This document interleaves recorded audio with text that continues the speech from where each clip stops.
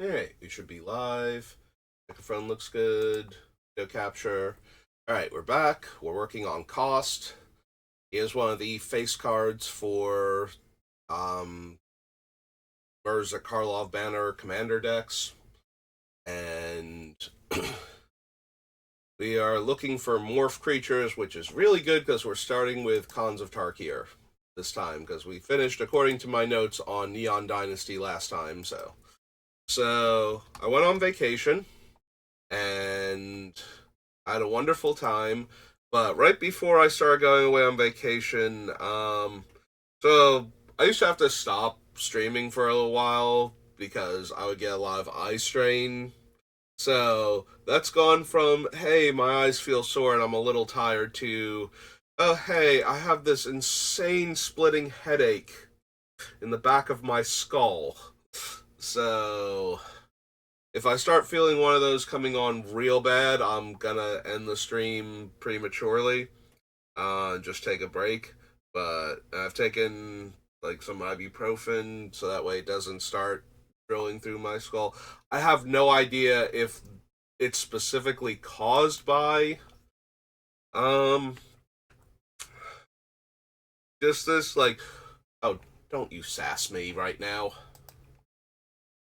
If it's specifically caused by just staring at the screen, or if there's other factors, or if that's just one of the things that triggers it. It didn't really hit me a lot while I was on vacation, and the fact that I only was really staring at a screen when I was in line for stuff and, killing time rather than, like, I didn't look at the Magic spoilers or anything while I was on vacation.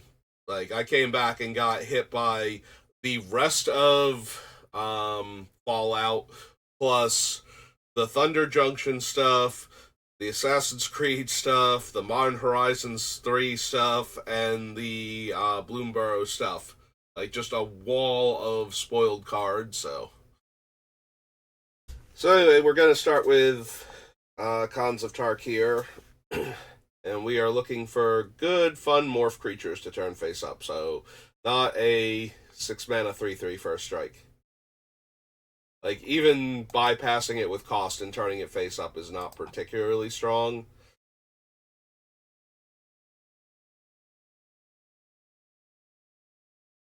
Alright, the Ash Cloud Phoenix, on the other hand, is the type of thing I can get behind. Let's see.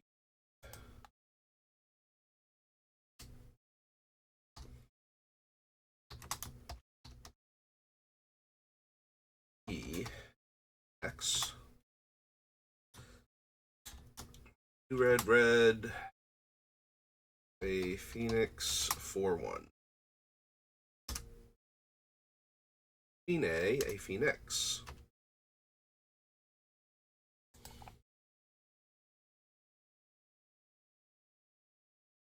Bloodfire Freet, no.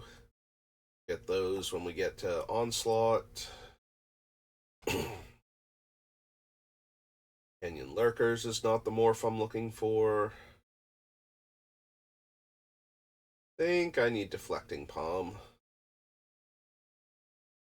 I mean, there are times where Deflecting Palm is really good when getting attacked by, like, Blightsteel Colossus or Eldrazi Titan that you can actually deflect, because I'm pretty sure Emrakul has protection from instants or colored spells, depending on which version of her. Or from whatever the new one is protected from, I forget now.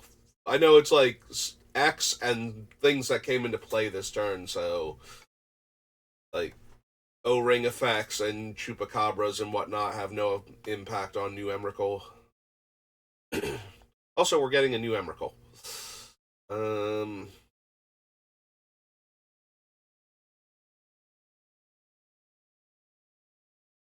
Ghostfire Blade, no. Hardened Scales, no. They're morph creatures. Hooded Hydra. There we go. Dies into a bunch of 1/1s when it gets killed.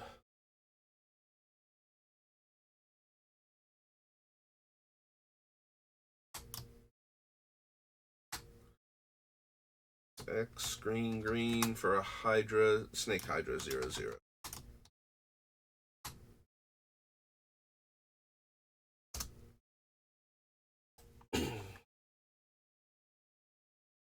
Turn face up, target creature can't block this turn. That one feels kind of low impact. We passed Ghost Fireblade, didn't we? Yeah, we did. Only one mana to equip to any of my face down creatures. +2/+2 is a decent bonus at that point. The problem is that it's 3 mana to equip to anything once it's turned face up, but there are going to be times where I just don't have anything better to do, and getting in 2 extra points of damage will move the game towards a conclusion. Yeah, I'm just thinking it's like, excuse me. I haven't found any of the morph payoffs, and a bunch of the problem is that we don't have access to like secret plans with this deck or anything.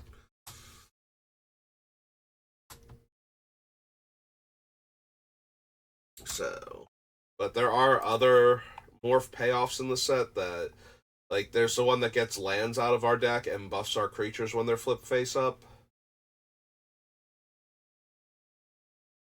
Jeering Instigator, which can... The problem is it has to be an attacking creature, right?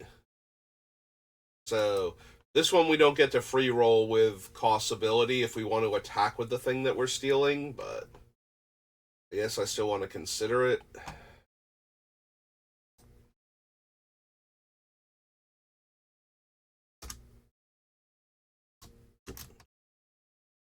Jeering Instigator. Really glad I started with cons coming back. Like, there's a whole bunch of cards that I'm actually interested in having in the deck, so...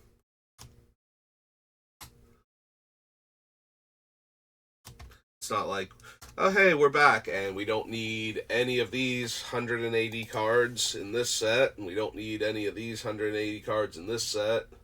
We need like one removal spell or something from this set. Yeah, now we get to start off with like one of the few sets that is just jam-packed with things I can consider.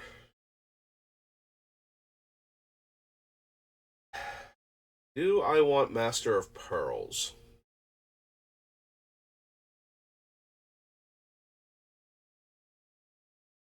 I suppose it's alright. Giving my creatures +2/+2. I have to see how much of a go wide deck we wind up being.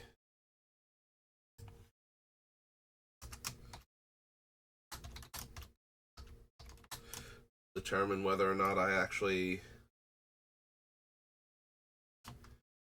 need a creature like Master of Pearls. I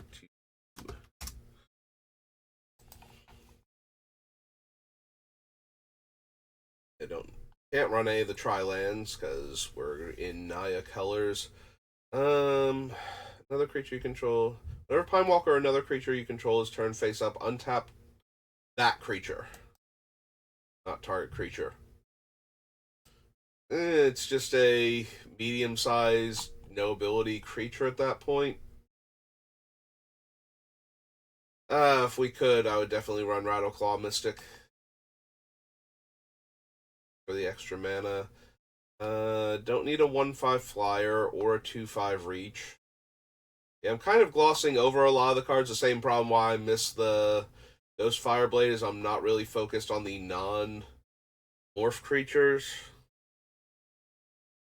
Don't need Roar of Challenge, Rush of Battle. Don't need Sarkin, Savage Punch. Those.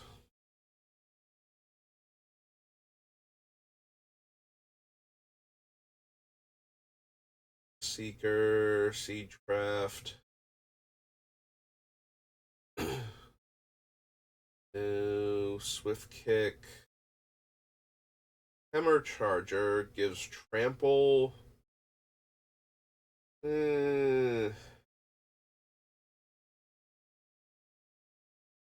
Tomb of the Spirit Dragon, not the payoff I'm looking for in Constructed. Do I actually want the Temur Charger?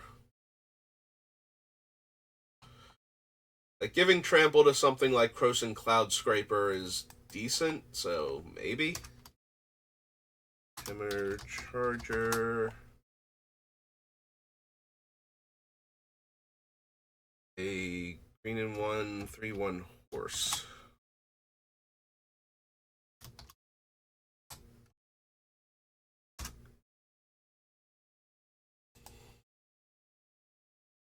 Alright, so whenever face-down creature enters the battlefield on your control, you may search your library for a basic land, reveal it, and put it in your hand, then shuffle.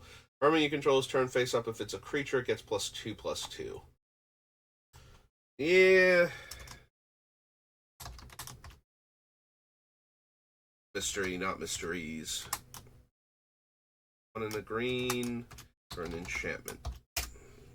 Okay. Nexus, Valley Dasher, War Behemoth isn't good enough. Do I want a tiny flyer that gains me a little bit of life?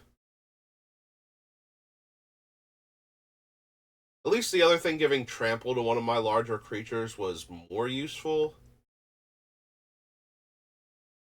And good old Woolly Loxodon. Those I'm gonna consider just because it's like larger sized.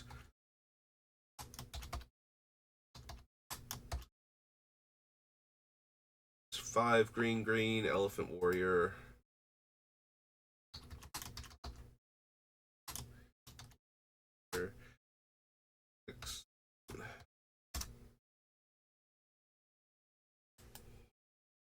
Like, it's 3 points less power than the Krosan thing, but at least it's large. Like, going through all that trouble to get like a random 4/4 or a 5/2 or 3/3 first strike, like none of those are very appealing. At least it's got better stats than that, and if it's attacking on like turn 4 or something with those stats or faster, probably still turn 4. Like, we actually have to get cost down and be able to activate him.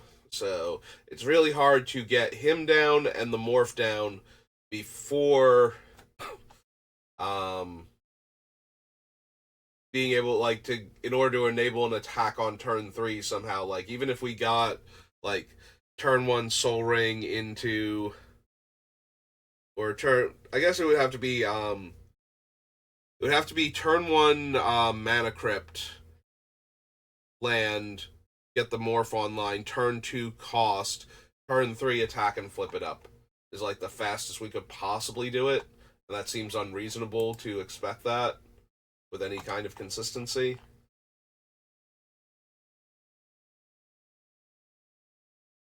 Just double checking, make sure I didn't miss any of the other. Yeah, plus we don't get like any of the gold creatures from this set really, because all of them are, yeah, all the white red gold cards don't have morph, so, and all the other things are wedge aligned. Right, eye knock tracker. Okay, so nothing else I missed over there. Alright, so that was cons. That gave us a handful of fun cards. That brings us to Legends, which I don't think there's any major utility cards in Legends that I need.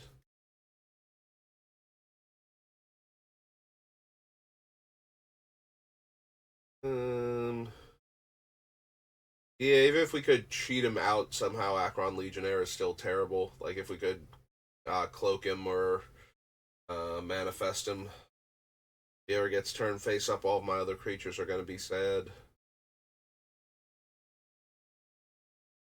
Despite the fact that I get to ambush somebody for 8 points of damage.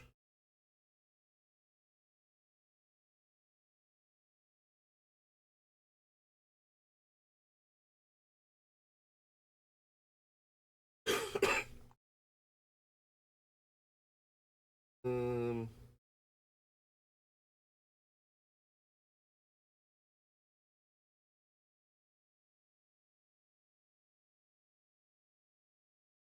Harmony for anything. Divine Intervention. Dragonfly. Eureka.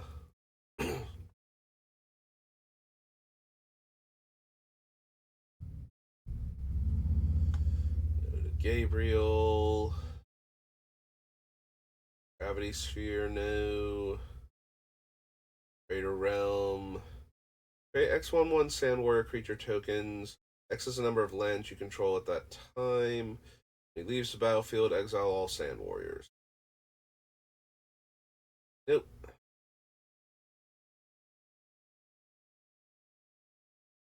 Party, Ivory Guardians.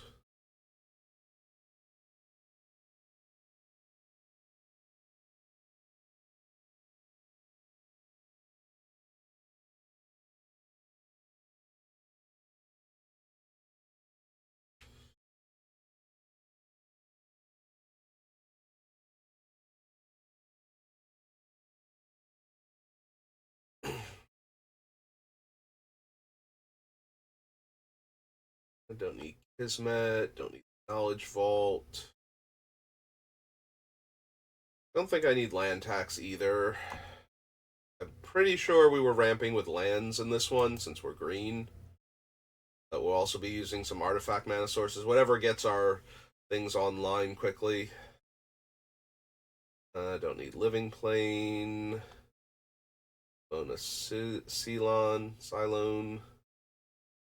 Lord Magnus, no. Wild Hunt.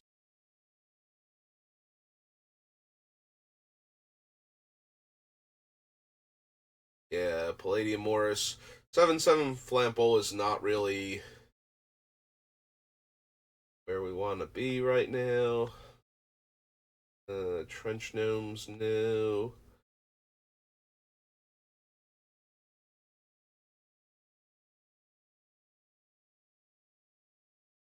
No. Shelkin Brownie. 4/7, no. Bang and his twin, no. In the Falconeer, no. Sylvan Library. We are white, green, red. We do not have a ton of really powerful card draw for the most part, so definitely see running Sylvan Library.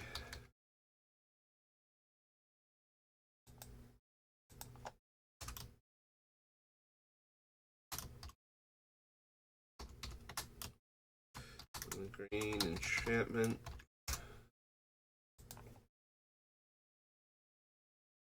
Oh, Tempest Ifrit is the. I was thinking of like Yaldwin Ifrit and not Mahamodi, Mijai Dejin with the triple red casting cost, but yeah, this is the anti one. Lady of the Mountain, no. Thorsten von Ursus. Deathlock, no. I don't need any of the walls. Whirling Dervish, Willow Satyr, Old Wood Elemental. Alright, so we did get one card from Legends. Brings us to Legions. There are morphs in Legions, right? It's Onslaught Legions and Scourge are the morphs.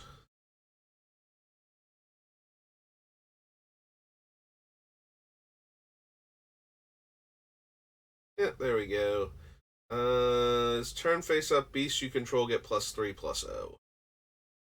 Think so. Or one Trampler, no. Alright, there are morphs in the set. Now we just need to find a playable one. Bunch of bears. Goblin, no. +2 in flying. Generate a creature. Turn face up, destroy target enchantment. Ah, these things are so mediocre. +0, +2. This is the worst. What's its name? Master of Pearls. Provoke, no. I'm gonna be really sad if a set that has morph creatures in it has literally no playable morph creatures for our deck. They're all just like um, limited, mediocre.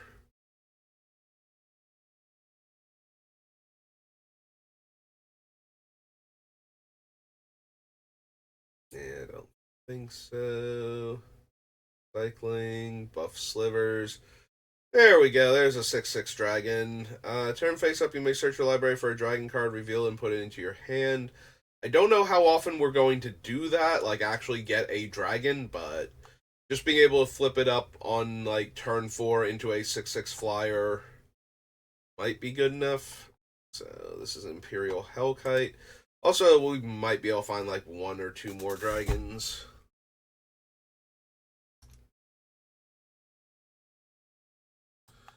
that are that have morph and are playable.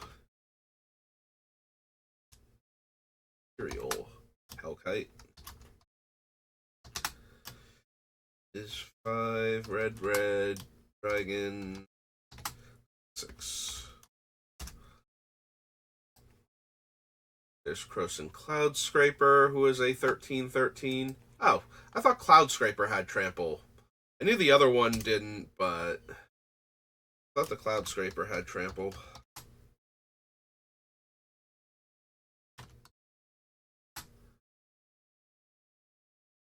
Seven green for a beast mutant. 13/13.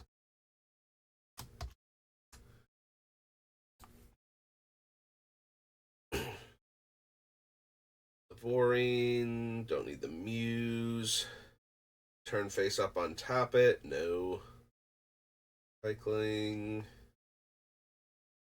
Alright, we can definitely consider the Vigilante and its desire to naturalize things. Go. Vigilante. It's 3 and a green.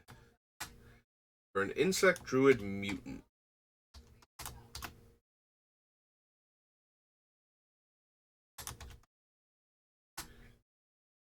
3/2.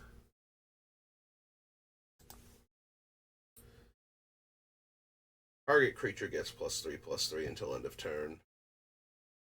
Meh.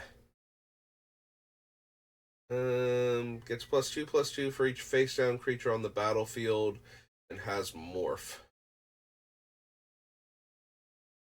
But I kind of want to turn all of my things face up. I can put a lot of face down things onto the battlefield, but oh, there we go. There's a 4-power double striker. Not even as good as the one, like the 3/2 double strike trampler, I don't think. But I guess it's close enough. Rock Shard Elemental. At least worth considering. It has slightly higher stats when it's turned face up, and we will care about that if it's going to be double striking.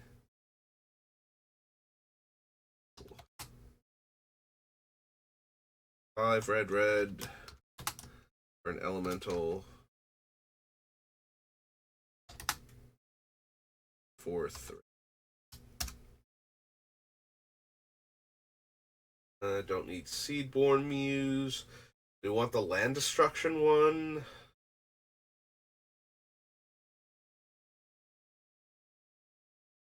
I feel like I put that on the list, but it doesn't actually make the final deck. Like, I just don't have room for it. The Shaleskin Plower is 3 and a red for a beast 3/2.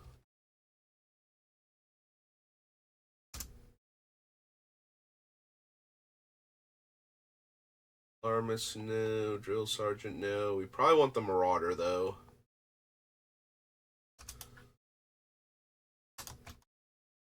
Kill utility creatures or deal 2 extra damage. Red for a Goblin. 1.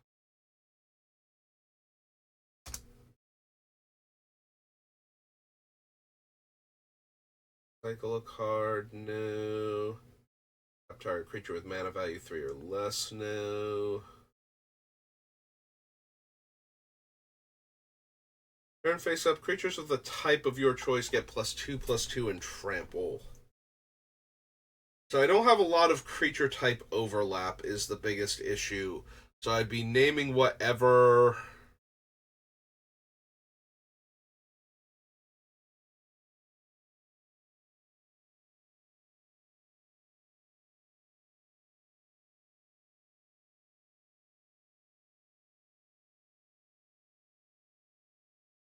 Be naming whatever my largest creature type is, like beast or something, or if I have like a large dragon and that's it.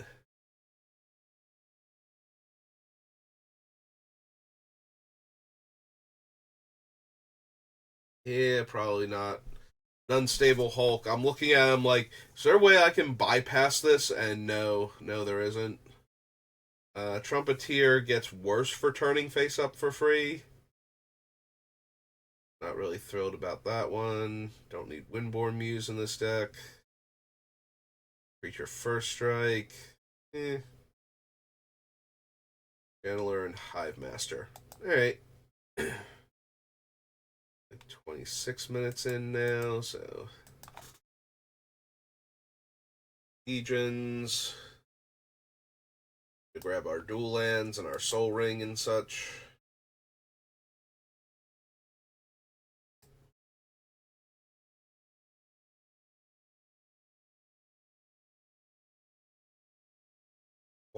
Don't need the Unk. Not gonna run Armageddon. Balance. Don't think we want Basalt Monolith at all. Also don't think we want Berserk. Sorry, Black Lotus, you're still not legal. Neither are you, Channel.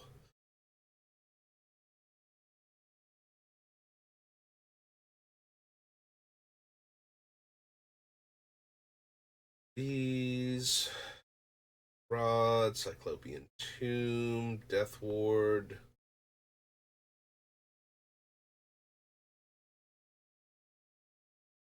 Earthquake. Archers.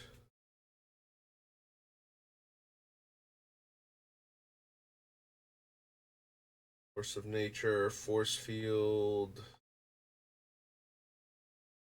New.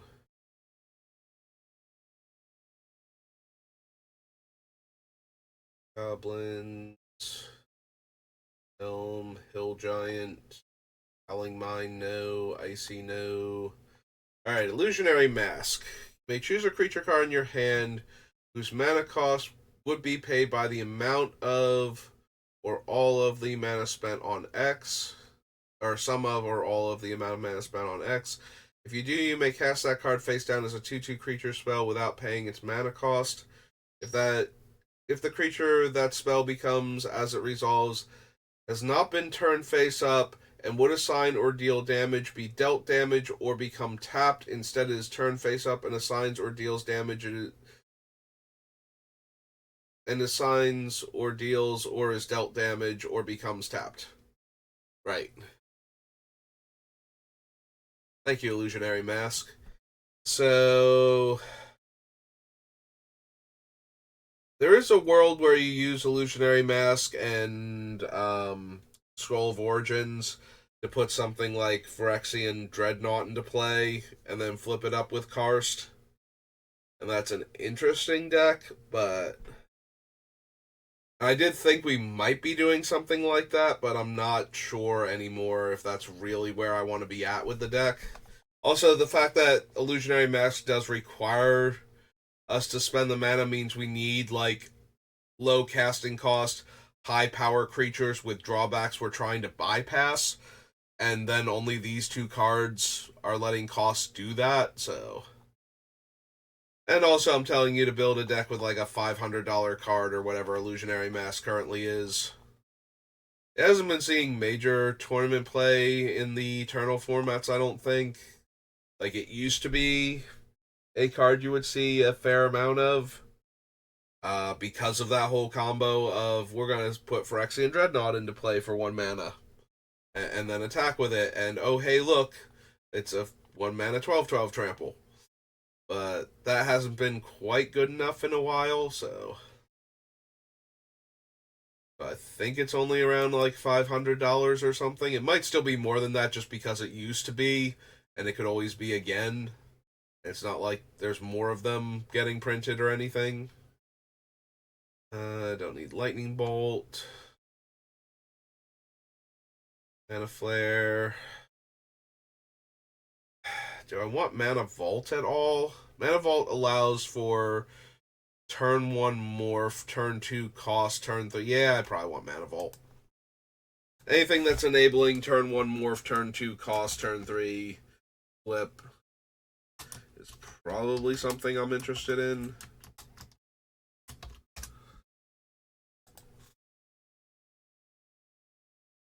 Don't need the barbs, don't need the weak stone. Collection, disc. No. Plateau.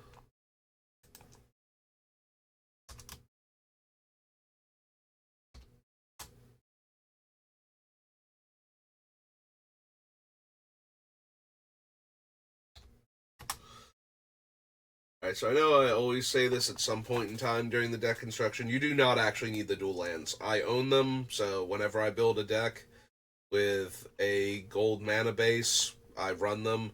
The fewer dual land type lands you have, the less likely it is you need the fetches either.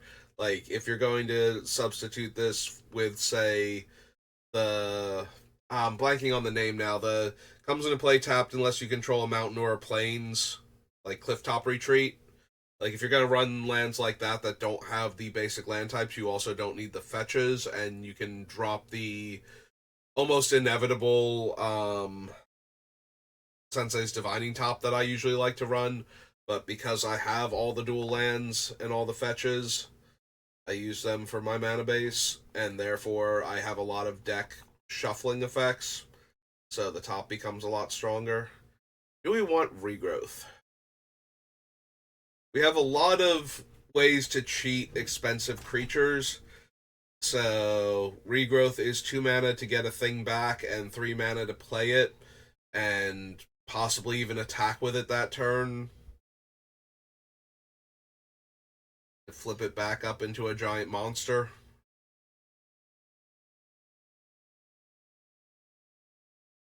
Probably still not quite good enough, but a little bit more tempting. There's our Savannah.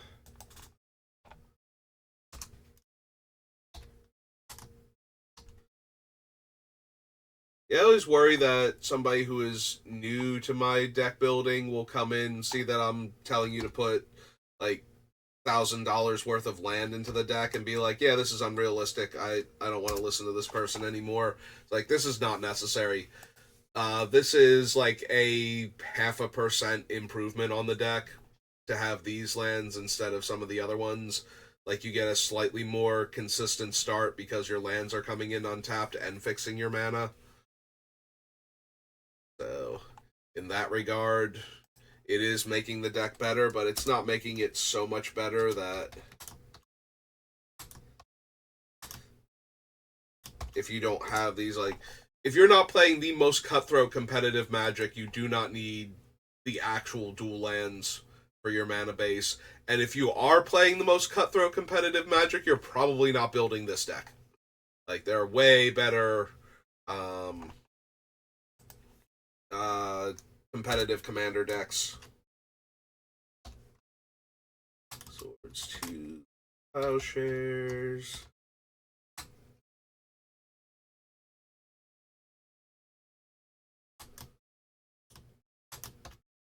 Instant. We had Taiga. Mana base. No, Time Vault. Also, I think Time Vault's banned in Commander anyway. Pretty sure. All of the infinite turn shenanigans.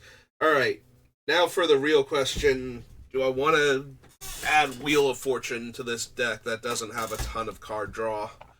The answer is probably want to consider it. So this is one of the cards where I'm going to consider it because I own it, but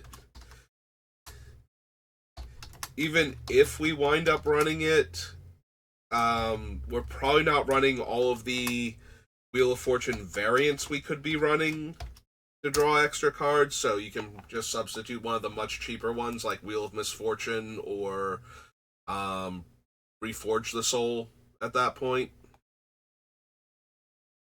Alright, we're only 35 minutes in, but I do need a quick break, so just give me 1 minute and I'll be back.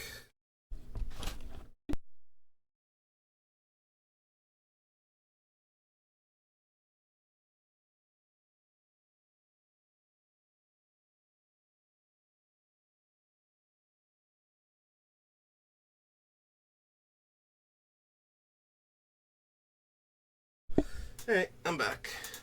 Also, I noticed as I was muting my microphone that I got him pushed off to the side, so I'm sorry if I've been very low or cut out at all while talking up until this point. Didn't notice how far it gotten pushed away from its normal position, so. Alright, so that brings us to Lorwyn. Oops. Oh, that should still search Lorwyn, but. Alright, so we don't need that. We don't need a Ajani.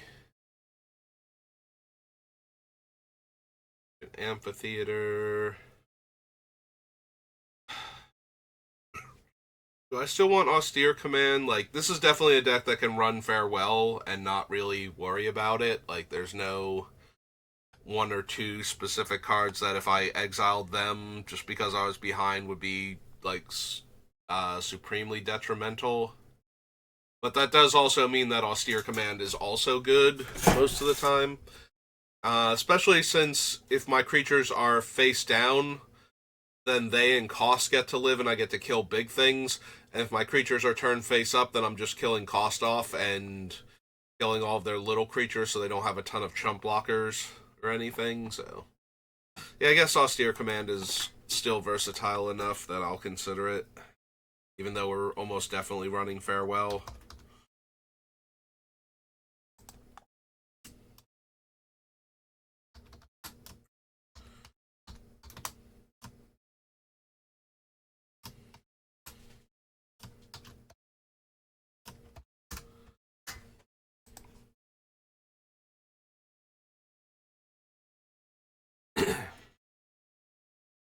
Need any of these? Hogstrider Ash, no. Briarhorn, Brigid, Brian Stout Arm. Sacrifice creature's power to target player or planeswalker.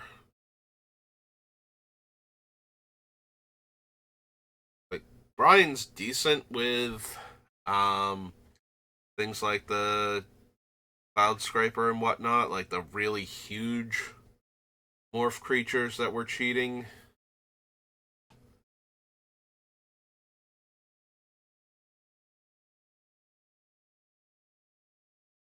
Maybe. I already need ways to give haste to the morph creatures so I can attack with them immediately and flip them up with cost, so having Brian actually have haste is probably not going to be too difficult. Here, 4/4. He might be too much of a side thing. I might still cut him anyway, but I think we can at least consider him.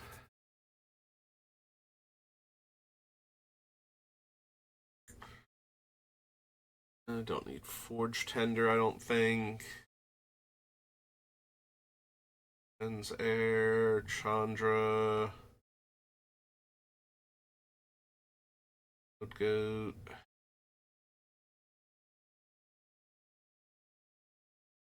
Thresher.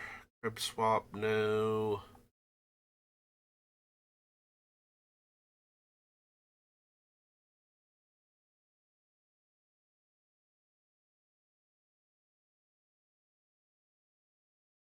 I don't think we need Death Render. So the interesting thing about the Death Render is, since we're putting the creature into play, we get to bypass the morph cost that way, and it gets +2/+2. But it also only works with the ones where we don't get a bonus for flipping them. So it just works really well with the ones that are naturally huge. Okay, these Fault Grinder, no. Mighty, no.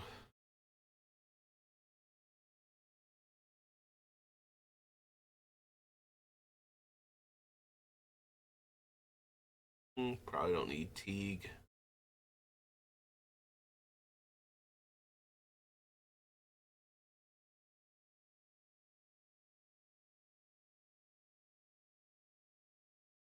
Guardian, no. Hamlet back Goliath.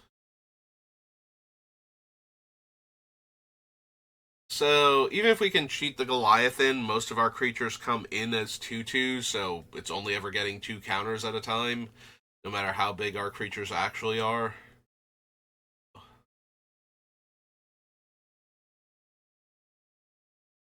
We need hostility at all.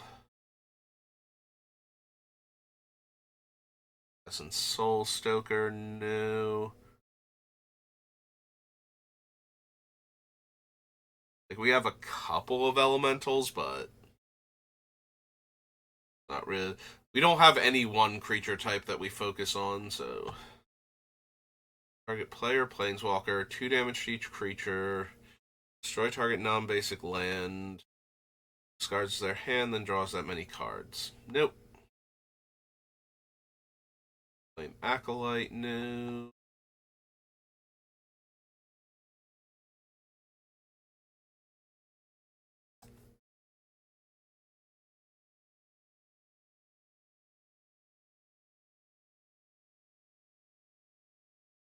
Healer, Mourncaller. No, no. Fires, no. Mirror Entity. Probably not. Like, we have to dump a ton of mana into Mirror Entity when our things are flipped face up in order to actually give them power. Like, it's not an unreasonable thing to have, but I don't think it's at its strongest here. It is more powerful when everything's face down still, and you're just turning all of your 3 mana 2/2s into like 5/5s or something, but if we're actually doing the cost thing, then we probably don't need it.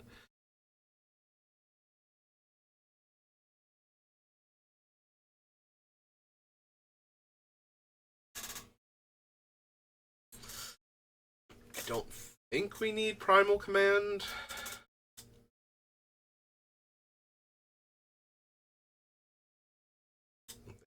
Purity. Bright Earth is not helping much. Copying triggered abilities might help, but copying activated abilities isn't super helpful. Can't turn it face up a second time, it's already face up. Doesn't turn it back face down.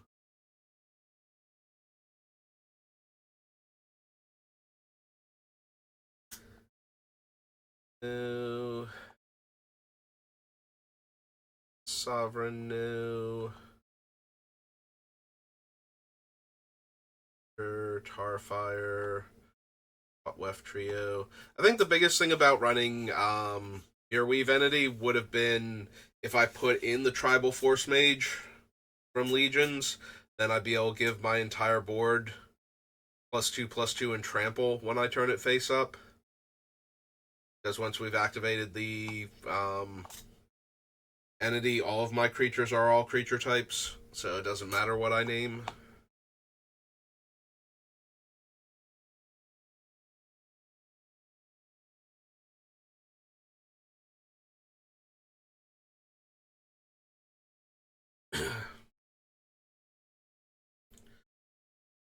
So Vigor is potentially, like, out of all of the, oh, by the way, my manifest card is this thing, or my cloaked card is this thing. Vigor might be one of the bigger surprises mid combat. Like, okay, I'm gonna try and block in such a way that I kill some of your morphs off, and you get to like flip one of them up, and it's like I flip up Vigor. I manifested Vigor at one point in time, and now all of my other guys survive combat, get a ton of counters.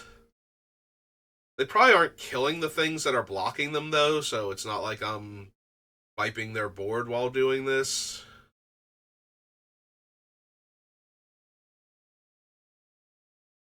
It is one of these stronger ambush things though that I've seen as far as if I manifest a card. So maybe. Green, green, green. Figure's a 6/6, right? Elemental Incarnation.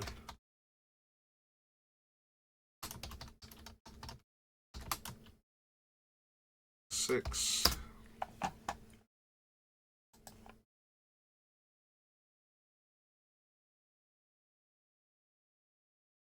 Do I want Wild Ricochet at all?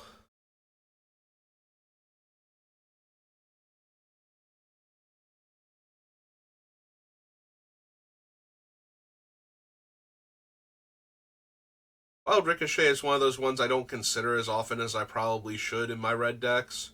And since I'm not in blue, my ability to interact with certain spells is a lot more limited.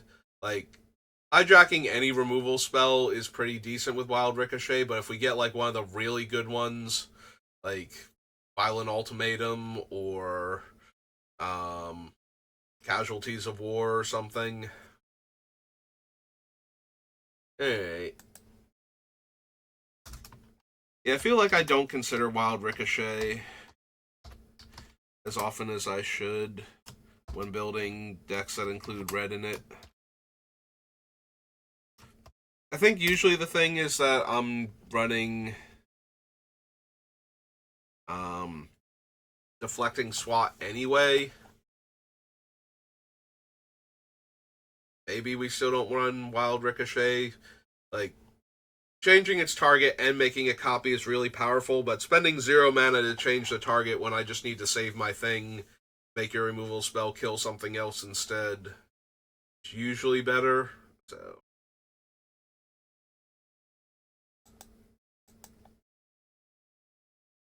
Alright, so that was Lorwyn. This to the first of the core sets. So normally I would stop here, but I did take that quick bathroom break, so I think we go a couple M sets in and then pick up with the rest of them. Then I gotta try and remember to edit out the thing, so hopefully I did, and there wasn't just a bunch of dead air for like 2 or 4 minutes, however long I was gone, but there was, I'm sorry. Didn't mean it. Slayer Angel. We can do better. Augur and Hellkite comes from Time Spiral.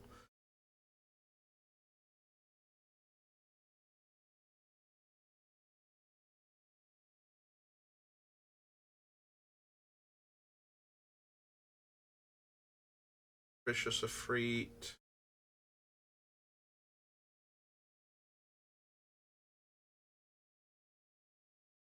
These also, most of them are reprints. Archdruid.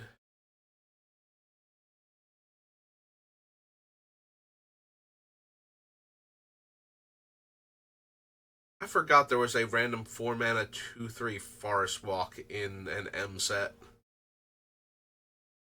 Like, that stat line is so terrible, and also how far away they've moved from like things like Forest Walk, where the creature is insane against certain players and absolutely useless against others. It used to be that they had like okay stats, like in green this would have been like a 3 mana creature normally. Although it was way more common for it to be like a gray ogre and just be a 2/2 at that point. But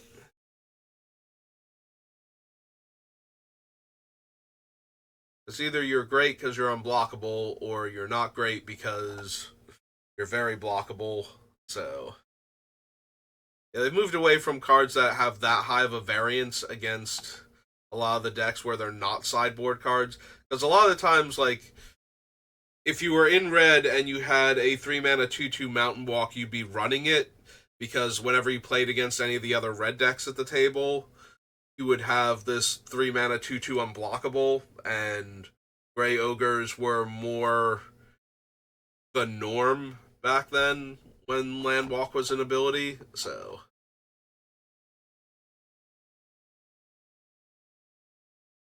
not a complete embarrassment to play what was functionally a 3-mana 2/2 with no abilities in limited.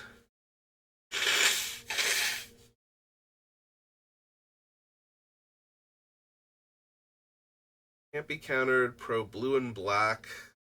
Meh.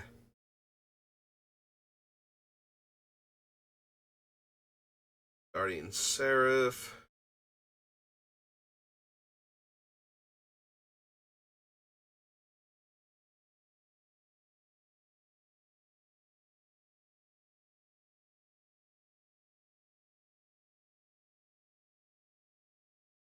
First strike deals combat damage to a player. You may exile target black or red permanent that player controls. No. When it casts a spell, reveal the top card of your library. If it's a creature card, put it on the battlefield. Otherwise, you may put it on the bottom.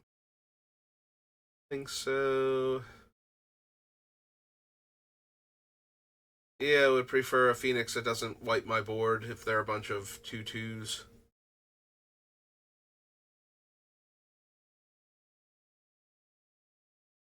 That also doesn't have morph. Open the vaults.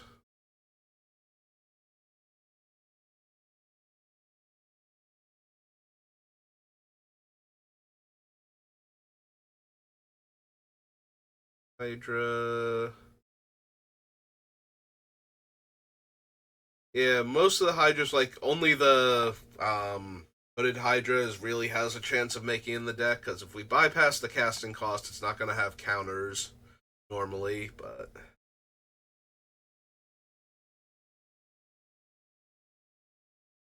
Siege Gang Commander. Build Stone Giant, no. No. Warp World. Okay. 2010. We'll at least do 2011 and then probably call it at that point. There's also a part of me, like, I don't feel particularly, like, I'm not overly tired. I don't feel the eye strain. I almost want to push it through the M sets just because the M sets are a little bit more tedious and boring, and I'd rather start strong next time. Don't need the Arbiter. Need the Hellkite.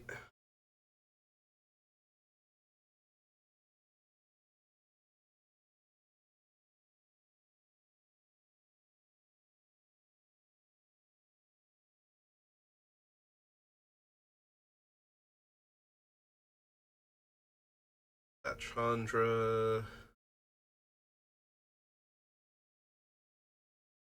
I don't think I need Cultivate in this deck.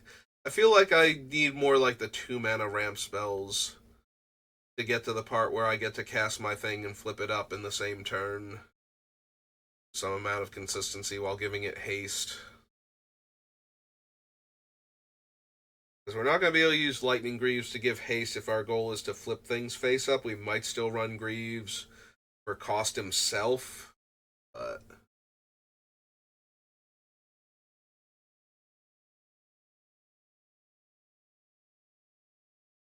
Fauna Shaman.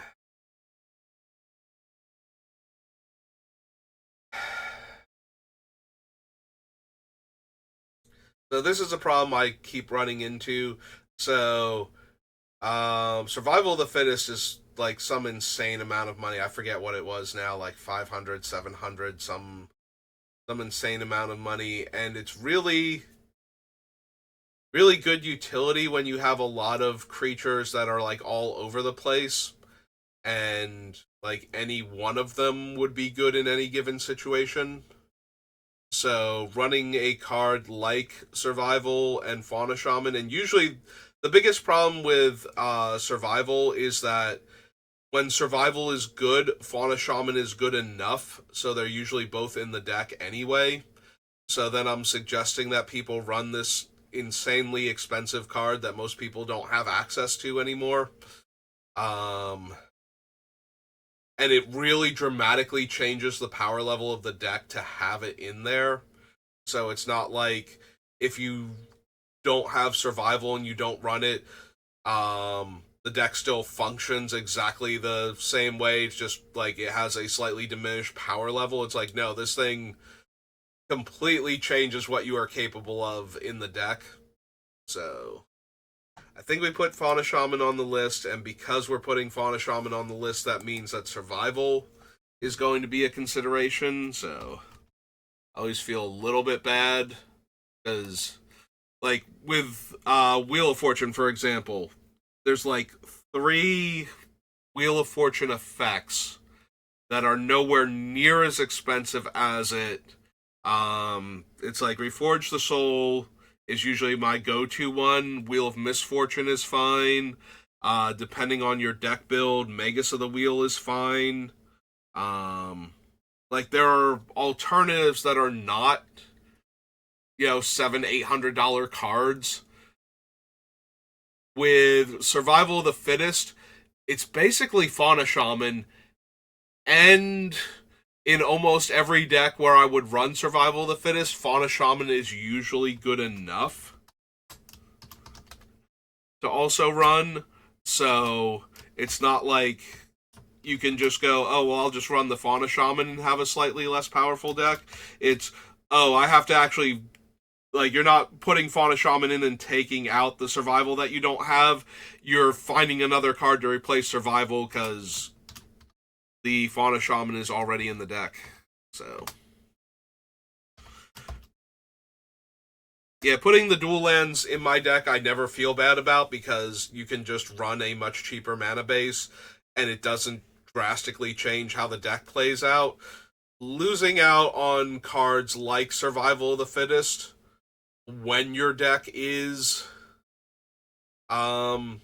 very creature heavy and has a wide range of creatures, that one is a feel bad for me. And for some reason, that one comes up way more often than some of the other ones do, where, like, because there are usually better alternatives. Like, when I was building Heliod, it's like, yes, I'm putting Time Twister in.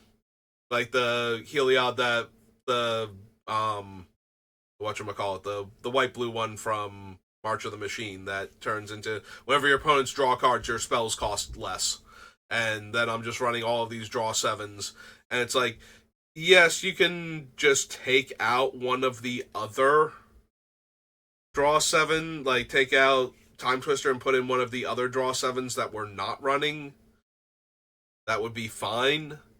But because there are a whole lot of Time Twister variants, because Wizards is like, well, Time Twister was insanely powerful, and we like to do homages to our insanely powerful cards. They do not do enough variants on a card like Survival of the Fittest to the point where there's like a $50 option instead of the like $500 to $700 whatever Survival of the Fittest is actually going for right now.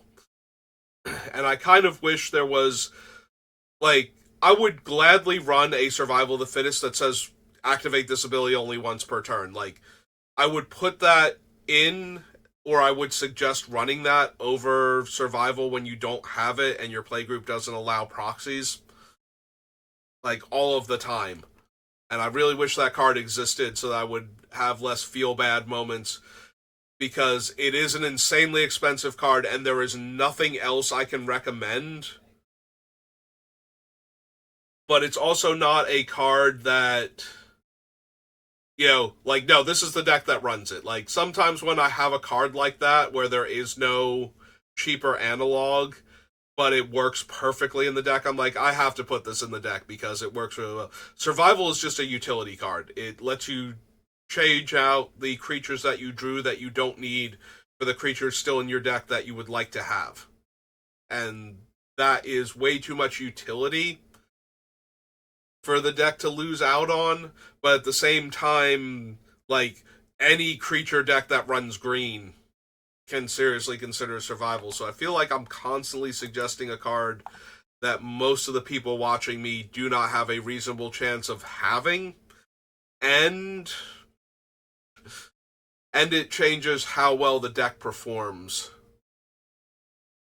So I always feel bad when it's specifically survival. For some reason, it's always survival of the fittest. It's never any of the other like insanely expensive cards. There's always either a cheaper analog that's less efficient, or the deck is so unique.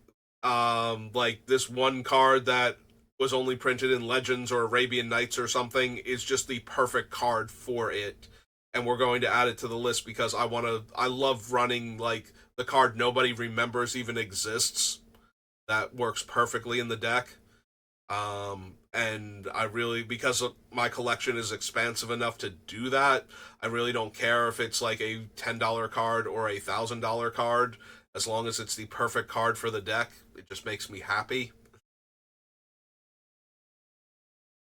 Yeah, there's nothing I enjoy more than finding like that super obscure card that actually functions in the deck and having it make it to the final build and be good in the deck. My favorite go-to example of this in one of the worst decks I ever made is Mangara's Equity. It's not. It's one of the worst decks in that it is very unfun. Like it is the closest I've ever had to, I think, a real CEDH deck, um, because it was more of a thought experiment. The mentality was, how many infinite combos can I cram into one deck? And the answer was a lot. And it was a miserable deck to play with and against because it never cared what the opponent was doing past their ability to interact with the combo pieces or to stop me from assembling the combos. Like I would take all of the damage. I don't care. The only question is, can I get Sanguine Bond and Exquisite Blood into play at the same time, or any of my whenever this creature takes damage, um, it deals damage effects on an indestructible, like give it indestructible, and then have like one of the ways to trigger dealing more damage. And Mangara's Equity was one of those cards. So because the deck was Mardu colors, I would always name red with Equity, and then like your Boros Reckoner variants. So as long as they're indestructible, you deal any amount of damage to them any way you can, and that triggers them. And even if the source, like the original damage source, wasn't red, you target them with their own ability, so they'll deal damage to themselves. So that will trigger the equity because now a red source has dealt damage to you or a thing you control. So now you get to deal that much damage to any target, and it just kind of spirals from there. So the creature deals damage to itself. That triggers both it and the equity. So now you have some amount of damage to throw around with the equity at your opponent, and then you just have the creature damage itself again, and the loop just goes until every one of your opponents are dead. So, so yeah, like when you have, yeah, I got a little sidetracked there. So I don't like to suggest cards where there's no substitute and the card is insanely expensive, but when I can do something really cool with a card that nobody even remembers exists, then I'm usually pretty happy. So, and usually the reason they don't remember exists is it's a weird one-off from like the first 10 years of Magic. So, players can't gain life, damage can't be prevented, don't care. Don't need sanctity, vitality.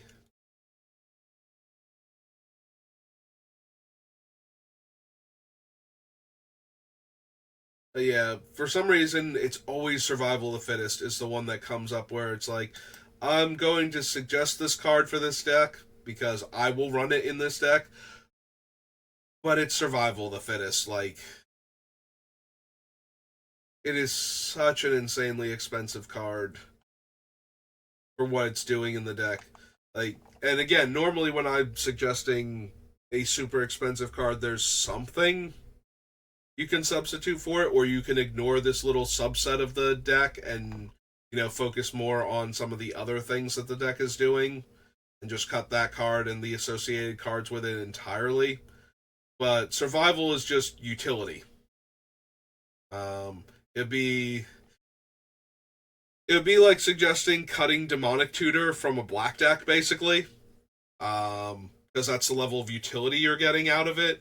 Except that you know when you cut demonic tutor, it's like if you can cut Imperial Seal because you don't need Imperial Seal, and you can cut before it got reprinted in the later M sets, you could cut Grim Tutor as long as you run like your demonic tutor and your vamp tutor and like one of the other slightly expensive tutors, maybe. Like if your game if your groups are casual and slow enough, you can run like Diabolic Tutor at that point, and it's not going to ruin your day as much as it would. But when you shave a mana off of it by paying 3 extra life, and you get to actually cast the spell on the turn you tutor for it instead of having to wait until next turn. When you're playing games against like more powerful decks, that kind of play is super important to be able to do. But when you're not, then you don't need it. Survival, though, is one of those cards where it just dramatically improves the consistency of your deck. So, and green does not have. Like, getting to do that literally every turn and sometimes multiple times in a turn if you're a Graveyard Reanimator deck of some kind.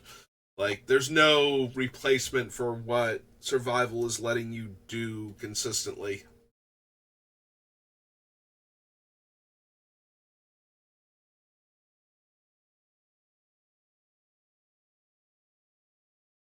Vengeful Archon is damage that is dealt to you this turn.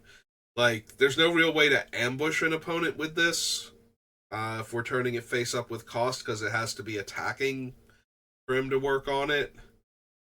And then once it's face up, everybody knows that dealing damage to you is not the best while you have open mana. So.